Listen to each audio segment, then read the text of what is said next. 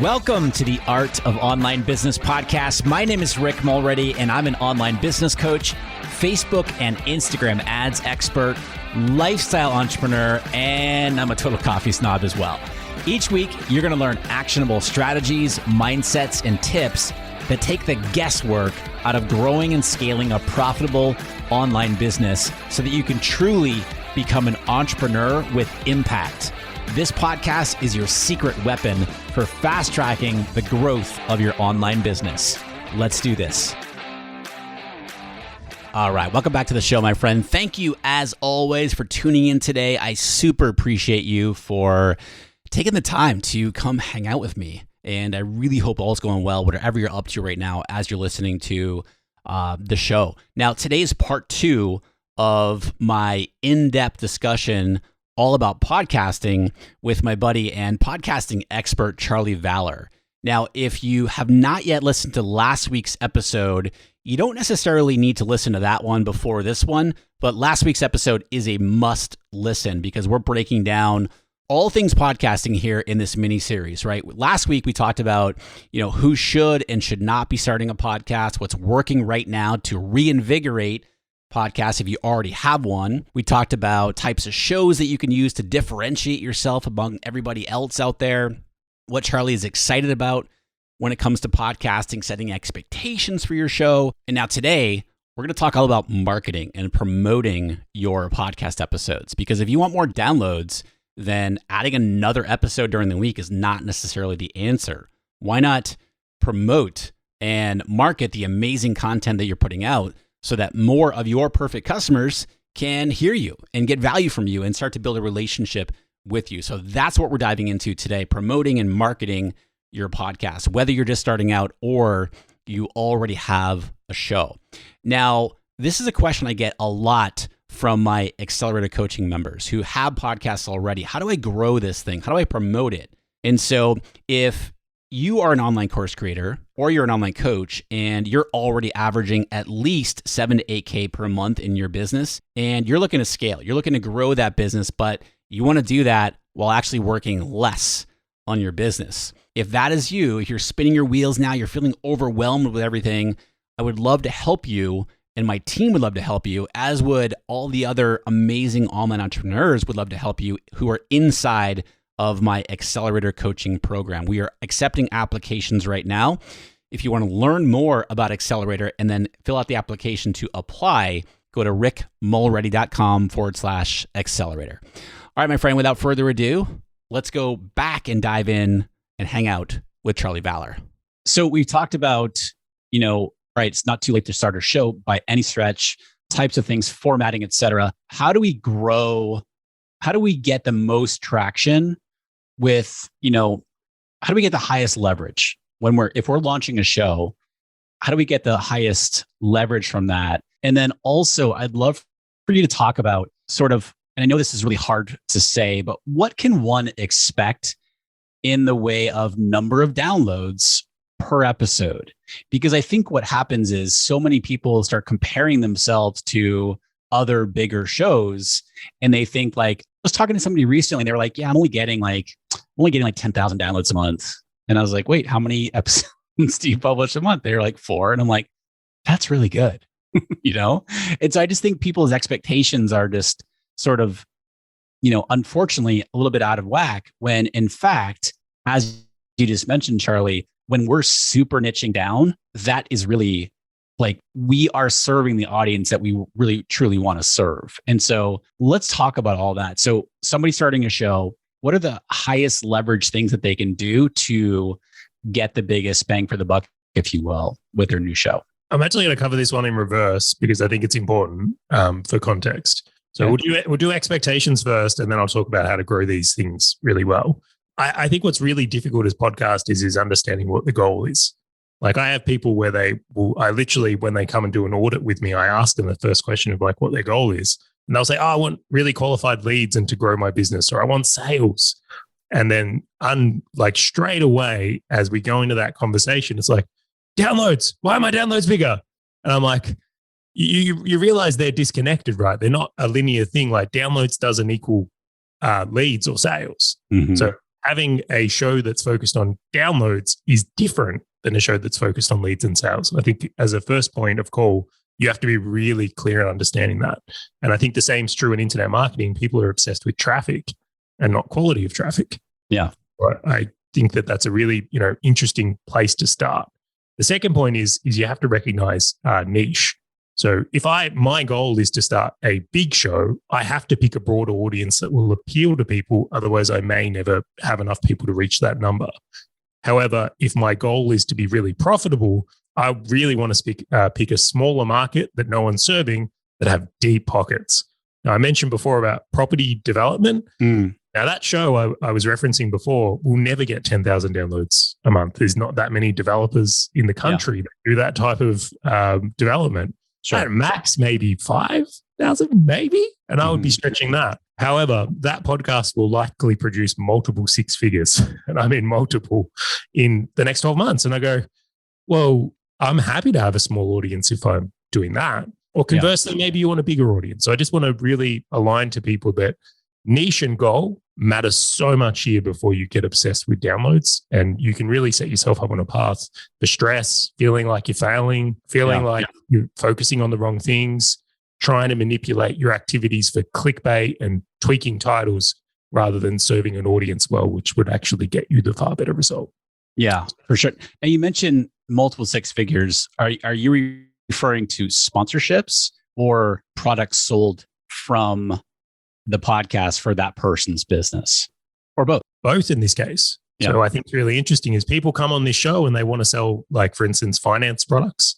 So he has them on and we'll do affiliate deals or sponsor deals with them. Yep. And then conversely, they have a whole education business teaching people how to do these types of developments. And then they have a consulting business. So this is what I love the most. So he comes on and basically talks about developments and how they fail and what goes wrong. And people come on, will contact him and be like, all right, I've destroyed this development. It's completely screwed. What's it going to cost for you to fix it? And that is one of those moments where it's like, it's astronomical because he has such specialized knowledge in how to fix that. You can imagine it's like the old saying of, there's a factory that's producing $10,000 a day and then, it stops. And then a guy comes in and says, well, I want $5,000 to fix it. And they go, sure, fix it. We want our $10,000. And he comes in and just turns one screw and then it all works. Right. Yeah. And it's like, well, how can you charge me so much for this? And it's like, well, it's not the idea that how long it took. It's that you needed someone who had that type of knowledge. Yeah. That podcast is a trifecta of it. Just kills it on sponsorships, it kills it on education, and it kills it on consulting, which is why it will be so heavily profitable. Yeah. So again, if your goal is to be profitable, you can see that some of these micro niches could be far more profitable because of the knowledge that comes with them than trying to serve a mass market where that knowledge isn't as valued. Yeah, I love it. So I love that one as an example because it always messes with people's perspective. I'm like, oh, but I've been focused on downloads. And like I do too. I love good downloads. And I'll admit, when I send a client a report and they've had great downloads, they're happy and I'm happy. It's something special about downloads, but it isn't the one and all. Yeah. So that's the first thing I'd really set people up for. Now, you mentioned a really good question there about like expectations on things. And again, this is the discerning point. If you have an existing audience, an existing email list, an existing following, then you can grow a podcast really quick. And I would emphasize that the difference between someone who has existing leverage and relationships versus doesn't is massive. So for people that are starting from scratch, if you see podcasters that, I don't know, have big brands like Oprah, like please don't compare yourself to the bigger names that have been doing this a long time because it will, again, set you up for heartbreak.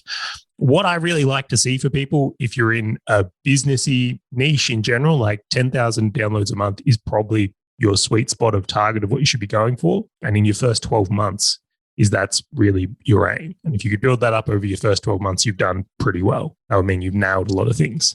But, and this is why I wanted to do it in this order, is that if you're spending no effort in growing your show and you're just making content and publishing it and hoping people find it, that definitely won't happen.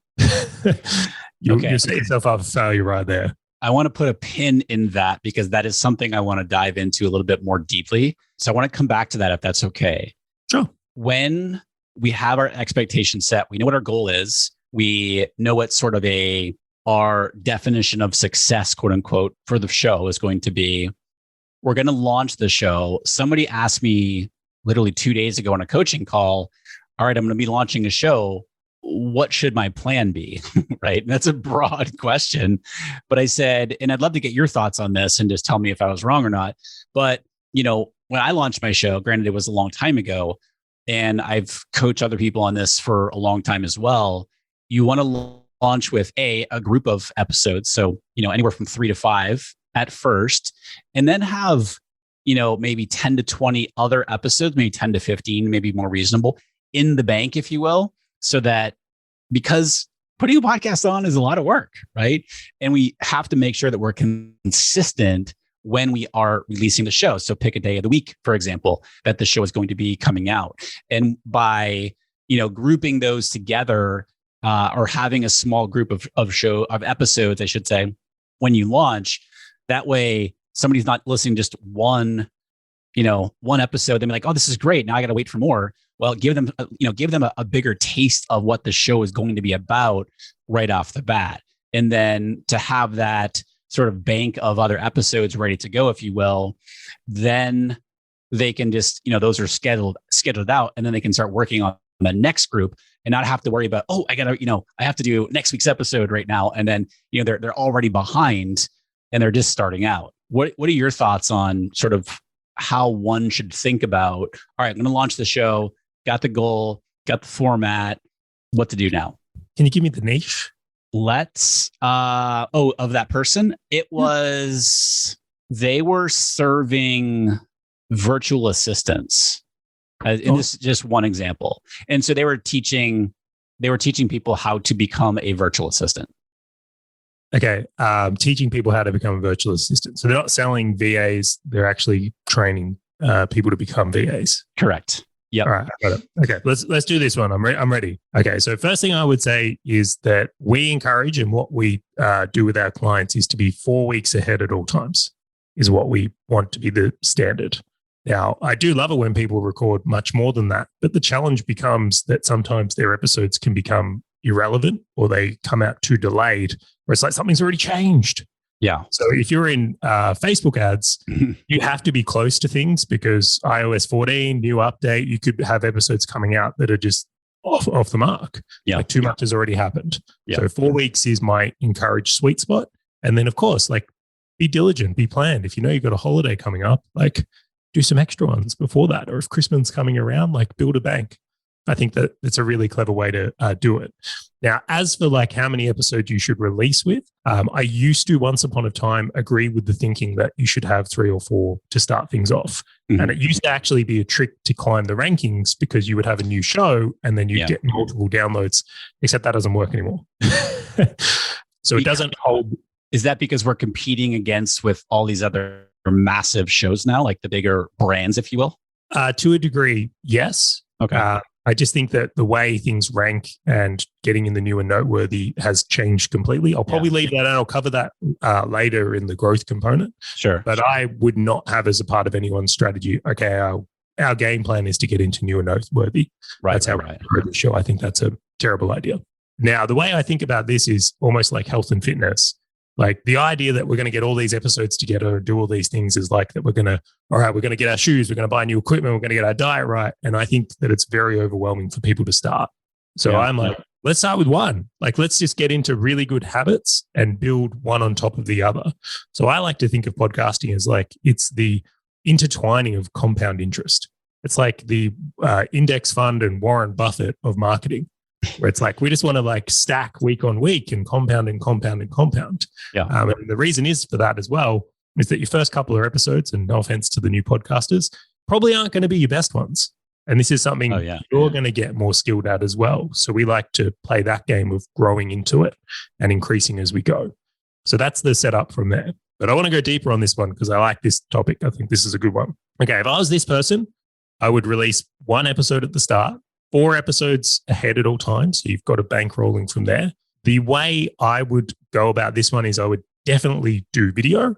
I think video is great for this market because people are searching on YouTube for topics around VAs and how do you become a VA. The things I would cover, I would do interviews with other people who are VAs, talking about what their journey was to becoming a VA. and the results they're getting in their life right now. And then I'd also do, in this case, probably tutorial episodes. Like I would really love to see some starts to finishes on that, because I think that would be a really cool idea for this show. As for marketing this show, I quite like this one a bit, and we'll go deeper into these strategies. Organically, I would highly recommend YouTube for this one. And then on the other side of things, I'd probably use Facebook ads as the potential way to drive traffic. I think those two as a combo in this niche will probably do the best. So are you saying don't do audio, don't release, or just video? To set some context around that, I would do audio as well, because it is very, very likely that the audio will be listened to. But I think the discovery path, I call it, most people will find you on video in one of these mediums and then jump over to audio if they're going to be someone who listens in the car. Gotcha. Okay. All right. Let's do a 60 seconds on equipment, because I really want to talk about growth. Okay. So I'll give you my thought, and then I'd love to hear your thought. So I interviewed someone this morning for the show here, and she was using the microphone that I used early on, which was the Audio-Technica ATR 2100, until it just died one day. But it's like a $75 USB mic, and it sounds great. Like, I just plug it in and go. And I remember doing an episode in Bali when I was on my talk about getting behind in episodes years ago. I was doing an episode in Bali on my honeymoon, and nice. All I had was a microphone, and it sounded fine. But anyway, so it was years before I went to like the microphone I have right now, which is the Heil PR40. Honestly, my favorite equipment things that I have are this little microphone flag with the name of the podcast on it. Everyone always asks about that. And then this bar that I have, like, that allows me to swing the microphone around. Like, seriously, like, that's my favorite. Those are my favorite things. I think mostly because I have no idea what I'm doing with the equipment. And I use a Focusrite something. It's a little red box. I don't really know what it does, honestly, but I plug into that, and that's all I use. And I think it's probably like, with this microphone I have here, I mean, it's like a $400 setup just for the microphone itself. But one doesn't have to start out that way. What do you recommend for someone just kind of getting going with their equipment needs? I love how you said 60 seconds on this. I know. I was just thinking that. I was like, well, that was 3 minutes myself. But it's a big topic, and people can get very confused. So I think for beginners, the ATR 2100 is a fantastic microphone. I have one myself and used one for many years. It's like the Toyota of microphones. It's a workhorse. Yeah. This thing is not the most glamorous at all, but it just keeps going. And I think it's a very high quality. So for starters, I'm a really big fan. And then right now I'm using the Rode pod mic. Now, the mic you have as well is fantastic, but even more expensive than the one I have now. I'm completely biased on Rode products.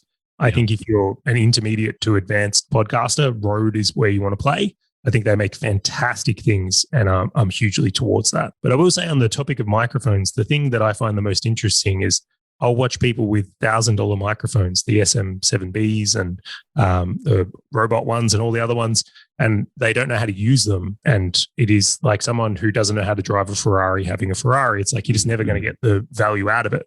So I would say that the number one thing to buy with a microphone is a boom arm. If you're a podcaster, the microphone should be about a fist away from your mouth. And if you sit it on a desk or far away like this, that probably sounds fantastic about now. You will just notice that just moving the microphone can make such a huge difference in sound quality. Yeah. So on the audio side, again, basics, my recommendations, ATR 2100, start there, and then just go deep on the Rode products. I think they're amazing value for the cost. Okay. Awesome. All right. That was a little bit more than 60 seconds because of me, but I like how you went right to it, right for it. All right, let's talk about growth. Because one conversation that you and I had a few weeks ago was, oftentimes, and I've thought this myself, all right, I want to get more downloads. Let's add another episode per week. I'm already publishing 2 episodes a week, Wednesday and Friday. Another episode isn't necessarily the solution. And I love I don't remember, I'm sure you do remember this, but you gave me an amazing analogy. And you said, because you see my Iron Man, that I'm a big Marvel fan. And you said, okay, let's use this example here. Like you said, you and your wife have some date time, if you will. and you're going to go to the movies, and you go to the movie theater and there's a new Marvel movie out, but there's also like 3 other movies that are just so. Which one am I going to choose? Which one are we going to choose to go see? Like the amazing Marvel movie or these 3 other sort of B movies, if you will? And I was like, well, this is just no brainer, but I love how you put that. And so adding another episode is not necessarily the answer. So how does one start to grow our show? And, you mentioned Facebook ads before. Let's talk about that for a second, because your point of view, from my understanding, is, keep publishing, but instead of publishing more episodes per week, for example, let's focus on the marketing side of promoting the content that you're actually putting out. Well, this is a huge topic. In 60 seconds, Anson. No, I'm just kidding. So I have to set some context here, because I think this is really interesting. So my paid marketing company, we got acquired. So it was a really good news story, is that I sold that company and I went into the company I have today, Valor Media. Now, what I was fascinated about is when I first got into podcasting, and I'm doing podcasting, I'm looking and talking with all these other podcasters, and like they're seemingly unaware that like Facebook ads exist. Right, so they've got this whole set of skills, and I'm like, why is no one running ads? Mm-hmm. Like, seems pretty obvious, doesn't it? Like, if you want people to go to something on the internet, you either run ads or do SEO or build an email list, like one of these things. And I noticed this real obsession towards like more episodes. And I would meet people, and their strategy is like, cool, we're going from 4 to 5. And I just I'm watching the degrading of them. Now, this is the thing that highlighted me, is like, yourself how hard it is to make content, especially good content. Sure. It's like if you just keep increasing the frequency of episodes, all that happens is that they burn out. And they do something called pod fading, which is a term that's coined by the industry of people burn out from over podcasting and then degrade. Now, the big challenge in the idea that you mentioned earlier is that people do more episodes and then it hits that dopamine because their downloads will spike. And then they think they're doing the right thing, but over time, if the quality of content isn't at that level or maintained, people fade away and the numbers actually go worse. And then they think, oh, add another episode. And it's this really, really dangerous cycle. Now, conversely, you mentioned this earlier, there's a podcast called Serial. That was like, it didn't do multiple episodes a week. It was one series. But what made that podcast so successful is someone would listen to it and be like, they felt compelled to share it with another person. Like, oh my God, have you heard of this? Like, have you heard of this thing? And that's the effect we want to create. So if we are going to make content, the aim and ability is to be like Marvel. It's like they make something and it's like everyone's talking about it. Movies are changing their settings and like they're not showing other movies. This is all that's on. Right. And I look at that and go that they're the greatest demonstration of making content people want to consume. So that is like my whole thing, that is the core of a podcast being successful, is you want to be more like that, or Game of Thrones, or any of these other content makers where they've made something people are obsessed with. They've made something that people are hanging to listen to and compelled to share. So that's your starting bit on growing a great podcast. Now, coming back to my story here is that I noticed again that people were very obsessed with like new and noteworthy, and also getting reviews. Now, over time, like people just started manipulating reviews or buying reviews online, and Apple doesn't even use reviews in their algorithm to rank a show anymore. They actually use download and subscribe stats. But again, audio podcasts have become saturated, and audio is also a really hard medium to market. So what I mean is that if you've ever used like audiograms or tried to send people little audio clips to try and entice them to listen to your podcast, it's very ineffective. It was cool for a bit, maybe a few years ago, but I don't actually think it's good for people. What has worked tremendously well for us in the last, I'll say 2 years now coming up on, is that video is what every social platform wants. Facebook, Instagram, YouTube, LinkedIn, it's like video does well. So our whole ideation was to start making our podcast video and then to use that video as itself as marketing material. So we cut a lot of like what I would call snippets and short clips from the podcast. We promote those short clips and then we on the platform that's suitable for the niche. So if you're in B2B, like it's on LinkedIn. If you're in fitness, it's on Instagram or Facebook or whichever one is suitable, and really harnessing where people are at and where a market is to drive them to the show from there. So that has been our like content strategy to do it. And then secondary to that, we make sure that with every podcast, you want to be growing an email list. Like they go hand in hand. And if you can synergize people getting onto your list, you email them with a new episode when it comes out, and you're also driving new people to your podcast through the platforms and video ads that are appropriate, then you can grow a really good show. Yeah. That is a go-to strategy. Organically, I'll just mention one more. Yeah. The only platform I can get to work organically is YouTube. I'm not having any luck with any of the feed-based ones. It just seems like it's so much that you got to squeeze so hard for this like tiny amount of juice, where YouTube has been very generous to me in recent times. I've been reading a lot more too about advertising on other shows, or not other shows. I mean, yes, you can do that, but on other like platforms, like Overcast, for example, just leveraging, it's still paid traffic, but it's where people are listening. What are your thoughts on that? All right. So this is where we're about to go polarizing.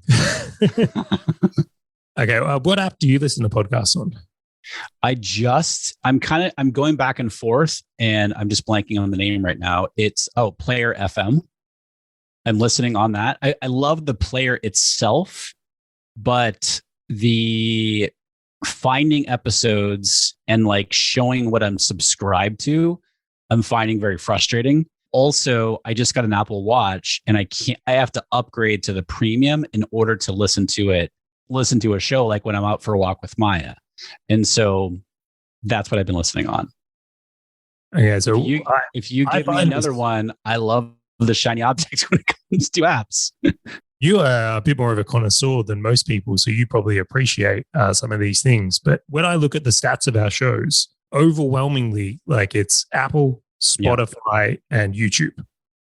And when I look to that, is like advertising on Overcast or any of these other ones is just not where people are. Yeah. I would love it to be. I would heavily love it if everyone would use Overcast and I could buy ads on their platform. But the challenge I have and what I've seen routinely is that we haven't been able to get a great result from monetization in advertising on those platforms, because those platforms don't generally attract a big enough mass to get the results we're going for. So this is a like supply and demand issue. I'm not against what they're doing, but I actually think it's really awesome. But the one that's going to nail that is going to be Spotify, because they're building the mass where if they get the ads platform right, it will be fantastic. Yeah. But until then, I am completely biased towards YouTube ads and Facebook ads, because I feel like they are going to be the most advantageous here. Yeah, I love it. Charlie, my man, we could talk about this forever. Again, we've talked about a lot of topics here. And with a final thought here, is there anything that we didn't cover that, we'll keep to the 60-second thing here? Is there something that you definitely think that should definitely be mentioned here? Yeah, I'll throw in one more on growth, because I think this is particularly helpful to people as well. Is collaborations is still a great way to do it. Yeah. So this isn't so much a marketing strategy, but it's more of if you can hang out with the other podcasters in your niche, if you can treat them as potential collaborators rather than competition, you'll likely rise the whole tide here. So going on each other's shows, doing collaborations, doing debates, simulcasting, all those things definitely still work, and I think are a fantastic way to grow a show as well. Yeah, I love it. Where can people connect with you to learn more about Valor Media, but also just everything you've got going on, so that people can connect and learn more about what you have going on? Awesome. So there's a couple of things. I make a heap of resources on our website. So for podcasters that are wanting to pick up some handy how-tos and tutorials, head over to valormedia.com/resources. And there's a whole page of different ones you can pick up there. Again, one of the things I do a lot of these days is audit podcasts and help kind of align them. So, and I know yourself has done that, Rick, and many others have as well. I will go through someone's show and help them kind of align their strategy. So if you do go over to our site and look at the audit page, put in your details. It is $50, but I assure you it'll be the best $50 you spend on your podcast. Yeah, I recently did that with Charlie, and it was amazing. We went even deeper on some of the things we're talking about here today, but obviously specific to my show. And I've been doing this a long time, and we've had great success with it, but I'm always looking for ways how to make it better. And doing an audit with Charlie was super valuable. So I'll link all of the links up that Charlie just mentioned to be able to connect with him on the show notes for today's episode. Charlie, my man, Thank you for coming on here. I super appreciate you. My pleasure. Thank you, Rick.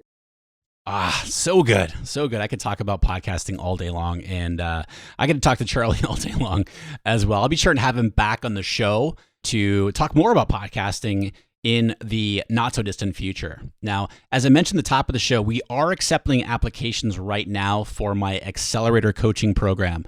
This program is for online course creators or online coaches. We also have a bunch of teacher entrepreneurs in there as well who are just doing amazing things. If you are one of those people that just described and you're already averaging at least 7 to 8K per month in revenue from your online business, and you want to grow, you want to scale, but you want to do that while working less, while not having to do all the things in your business, and you're feeling overwhelmed and very likely heading towards burnout if you're not there already, and you want to simplify things in your business, and you want a smarter marketing plan and sales plan. If that's you, I want to invite you to apply for the Accelerator coaching program. Just go over to rickmulready.com/accelerator, where you can learn more, see a whole bunch of videos from current and former members about their experience in Accelerator, and then also fill out the application right there. All right, my friend, thank you as always for tuning in today. I super appreciate you. Make sure that you have subscribed to the podcast here so that you don't miss any episodes I've got coming your way. Until the next time, my friend, be well, and I will talk to you soon.